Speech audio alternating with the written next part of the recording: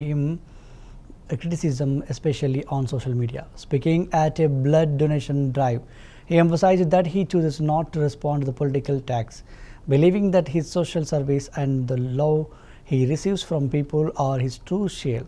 Chiranjeevi shared an emotional story of a woman whose child's life was saved by his blood bank, underscoring that his good deeds speak louder than any negative remarks. ఎవరో ఒక politician సరే ఎవరికైనా సరే చాలా soft target ఎవరైనా ఏదో మాట అనేసి పర్వాలేదు.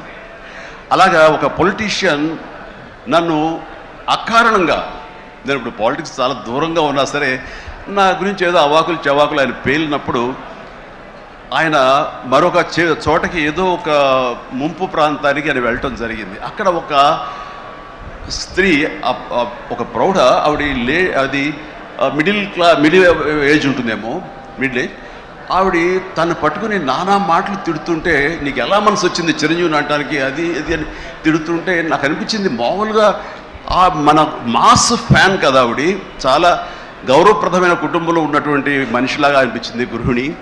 ఏంటమ్మా అంత ఇదిగా ఆయనకి వీరాభిమానం అంటే అభిమానం సినిమాభిమానం కాదయ్యా, ఆయన వ్యక్తిత్వానికి అభిమానం అంటే చెప్పినప్పుడు నా మనసు టచ్ అయింది. చాలామంది అంటారు ఎవరిని మిమ్మల్ని ఇలా అటాక్ చేస్తుంటారు సోషల్ మీడియాలో మాట్లాడుతుంటారు, మీరేం మాట్లాడరు ఏంటని.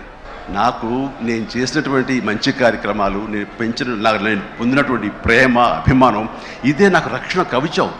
నేను మాట్లాడక్కర్లా, నేను చేసుకున్న మంచి ఏం మాట్లాడుతున్నట్టు నేను అలాగ అంటుంటాను, ఇది సత్యం. సో ఆ తర్వాత మళ్ళీ ఆ సదరు రాజకీయ నాయకుడు మళ్ళీ ఎక్కడా మాట్లాడేట్టుగా నాకైతే వినపడలేదు.